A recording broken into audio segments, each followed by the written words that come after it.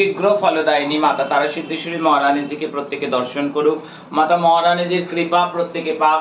কলিযুগে একমাত্র অঘটন ঘটন ঘটিয়েছি আদ্যা শক্তি মহামায়া। মার দর্শনে নবগ্রহ শান্ত হয়, দুষ্ট গ্রহ শান্ত হয়, প্রত্যেকের জীবনে উন্নতি হয়। প্রত্যেকে ভালো থাকুক, সুস্থ থাকুক, সৎসঙ্গে যুক্ত থাকুক। এই মুহূর্তে মানুষ দেখছে কলিযুগের একমাত্র জাগ্রতা বামা কালী। মায়ের বাম চরণ সম্মুখে, দক্ষিণ চরণ পশ্চাতে প্রত্যহ বামা কালীর দরবারে বামাচারে পুজো হয়। মায়ের প্রত্যহ আমিষ ভোগ হয়, প্রত্যহ টকের ভোগ মাকে দেয়া হয়।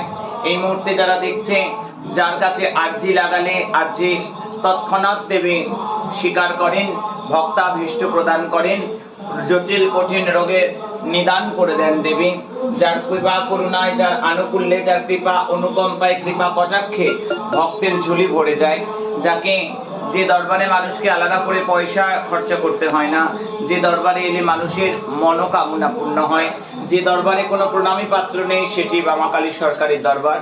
মামা কালী দর্শনে নবগ্রহ দর্শন হয়ে যায়, নবগ্রহ শান্ত হয়। প্রত্যেকে ভালো থাক, সুস্থ থাক, সৎসঙ্গে যুক্ত থাক। আজ বাসন্তী অষ্টমী অন্নপূর্ণা পুজোয় মা মহারানীর কৃপায় প্রত্যেকে ঘর ভরা ভর্তি থাকুক।